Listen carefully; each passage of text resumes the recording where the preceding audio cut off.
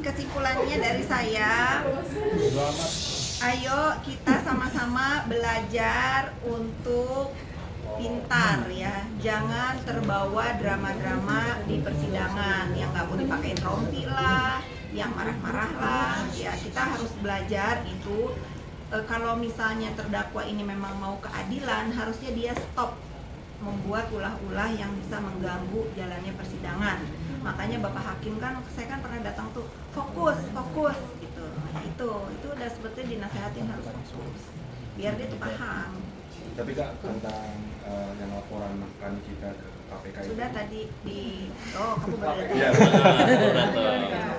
Ya itu bagus ya, kalau misalnya ada, kan dia akhirnya nurut kan, katanya kan deskripsinya suruh nepos lapor ya, kayak berarti dia masih dengar ya, itu harus seperti itu gitu, karena pelapor pun kan dirugikan dengan berita ini ya, memang harus ditangani secara serius ya, jangan sampai melebar bolanya kemana-mana, karena saya yakin 1.000.000% pelapor ini tidak melakukan hal-hal yang seperti itu. Nah, tapi kan mulai bersedia KPK juga, udah lapor ke KPK juga. Udah kan dia mah selalu begitu, kalau bisa lapor ke Putin, dia lapor ke Putin.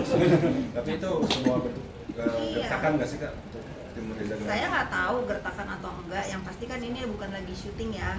Ini tuh sidang benar, diuji nanti kebenarannya seperti apa. Ya boleh mungkin saranin nanti terdakwa kalau misalnya kan ngetek Pak Presiden nggak digubris, ngetek siapa nggak digubris, ke Putin mungkin digubris. Dia dikasih warga negara sana. Nggak, tapi banyak spekulasi di luar nih bahwa rekaman tersebut adalah buatan, dan banyak juga Saya pastikan itu buatan. Berarti Saya udah tahu pastikan ya? itu buatan. Karena ada orang yang mengancam Dr. Reza untuk meminta imbalan kan sebelumnya. Bahkan menyuruh saya meminta.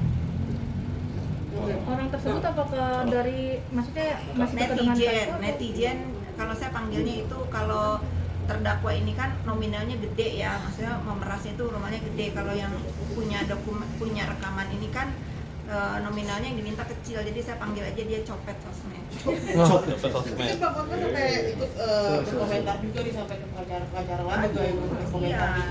Ya bagus, benar. Bang Hotman. Bener, Bang Hotman kan udah bilang tuh fokus pembuktian, dibantah mana ada nggak itunya perjanjian endorse. Terus tadi juga saya sebelum turun lihat Bang Hotman bilang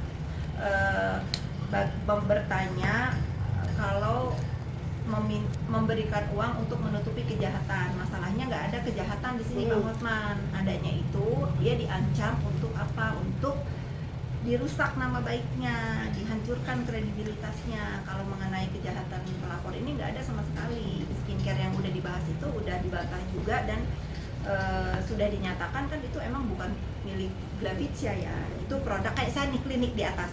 Saya itu pakai produk dia juga dulu 2023 sebelum ditarik. Ya, sekarang udah ditarik ya sudah, nggak usah pakai lagi. Bagus kok di muka. Tapi perihal yang kemarin JPU merekam sidang. Ya mungkin tanggapan saya, karena JPU ini kan selalu difitnah sama netizen ya. Kayak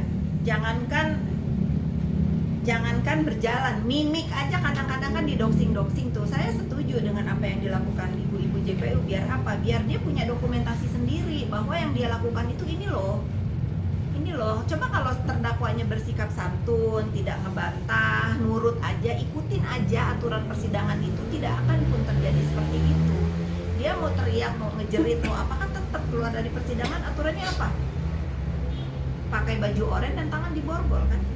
Semua juga kan begitu. Kalau dia mengikuti aturannya kan nggak akan terjadi keributan seperti itu. Melihat terdakwa sendiri ngata-ngatain JPU Ya gimana? itu yang disayangkan ya. Tapi kan sekarang makin memperjelas, dia ada di kursi kesakitan itu atas ucapannya, atas ancaman mulutnya. Nah, ditunjukkan di depan khalayak ramai bahwa dia melakukan itu kepada penegak hukum. Bagaimana sekedar pelapor doang? Bagaimana kalian, bagaimana ya, dia nggak ada artinya kan. Kata dia ada tuh di video, kasih saya waktu 2,5 menit untuk menghancurkan siapa tuh, saya lupa tuh, pokoknya ada tuh, kasih saya waktu 2,5 menit untuk menghancurkan orang. Kan itu ngeri. Pak, tapi ini isunya benar nggak sih adanya musuhnya dalam selimut gitu, Pak? Musuh dalam selimut siapa? dalam seringkali mencuat ke dalam kasus hukum seperti ini, dalam kasus Maksudnya ini. kakak saling ikut berkomentari gitu, ada di kasus Niki gitu mungkin. Kan melihat dulu bagaimana sikapnya gitu. Musuh dalam Ada selimut. musuh dalam Saya selimut. dia bukan musuh dalam selimut saya, dia musuh saya terang-terangan. Nggak ada musuh dalam selimut. Nggak ada. Ketawa. Ngapain sih musuh dalam selimut? Orang dia ngajak perang saya melulu. Saya tidak ada musuh dalam selimut. Dia mengajak musuhan sama saya secara terang-terangan, dia duluan ya. Dia duluan secara terang-terangan ngajak war. Ya sudah, kemarin kan saya diem, sekarang nggak bisa, saya lawan. Saya siap war sampai apa tuh namanya, nyawa di kandung badan ya. Kalau dia ngedoktrin saya siap terus membela harkat, martabat, harga diri saya. Sempat kan kemarin akan nangis, tanggapannya gimana kan sempat? Ya kalau anak kita nggak boleh, ya kasihan ya, kasihan bagaimana harusnya seusia mereka ini kan punya kenangan yang indah. Ini libur sekolah harusnya diajak jalan-jalan ke pantai, kemana, liburan. Saya melihat Arkana ini sudah 2 kali datang dari kecil loh, datang ke ruang persidangan untuk menyaksikan ibunya dengan perbuatan yang sama. Apa ITE, bullying, atau kan mulutnya. Ya kalau anak-anaknya jujur saya kasihan. KPT ini kan Bang Hotman sendiri bilang kalau misalnya memang ada perjanjian endorsement seharusnya dibuktikan. Jika Susta seharusnya bisa bersikap baik di muka pengadilan. Yang dia punya itu sekarang hanya bisa bersikap baik dan santun, karena perjanjiannya itu tidak pernah ada. Jangankan di tulisan, saya tanya sama pelapor, jangankan tulisan seperti orang-orang kalau di endorse ya, ucapan pun tak ada gitu. Karena kalau misalnya saya juga punya klinik, kalau ngendorse orang itu kan ada SOW-nya tuh harus gini, itu pun kan nggak ada. Intinya itulah. Kemarin sempat dipanggil sama polisian itu gimana kak? Ngapain aja? Maksudnya kenapa dipanggil sampai 2 kali? Saya tadi sudah katakan, saya baru menerima panggilan itu 1 kali ya. Tentu saya sebagai warga negara Indonesia yang baik, saya akan datang ya, walaupun sebetulnya yang berhak melaporkan itu saya tidak pernah memulai ya, tapi kali ini saya nggak mau melaporkan itu. Untuk apa? Untuk biar terdakwa fokus aja kepada tuduhan pemerasan dan TPPU ini. Itu saya masih apa namanya, masih kasihan sama penegak hukum kalau selalu ngurusin laporan terdakwa lagi, karena laporan itu kan banyak banget kan. Ada laporan Isa Zega juga yang dia bersaksi palsu. Isa itu sampai ditahan loh untuk kesaksian palsu dia di Jakarta Selatan juga. Gitu. Jadi ya saya pikir ada laporan saling pukul sama Rasman juga sampai di mana kan banyak. Jadi kalau sekedar nanya laporan saya ITE, yang kata ITE itu kan pencemaran nama baik ya yang dia laporan. Nama baik siapa yang saya cemarkan? Kalau dia namanya baik kan nggak ada di kursi terdakwa sekarang.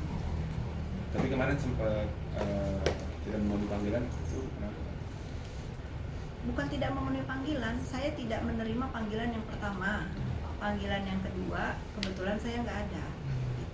Tapi nggak usah lah, bisa kita perpanjang lagi. Mungkin karena saya pindahan rumah sehingga surat yang nyampe ke saya baru 1 kali. Gitu ya. Oke, Kak, mungkin terakhir Kak, apakah nanti di kasus Nikita ini membuat dia bisa dibilang tuh efek jerah untuk Nikita atau malah sebaliknya? Saya berharap sih seperti itu ya. Mudah-mudahan dia banyak belajar dari kasus ini, berubahlah. Kasihan anak-anak.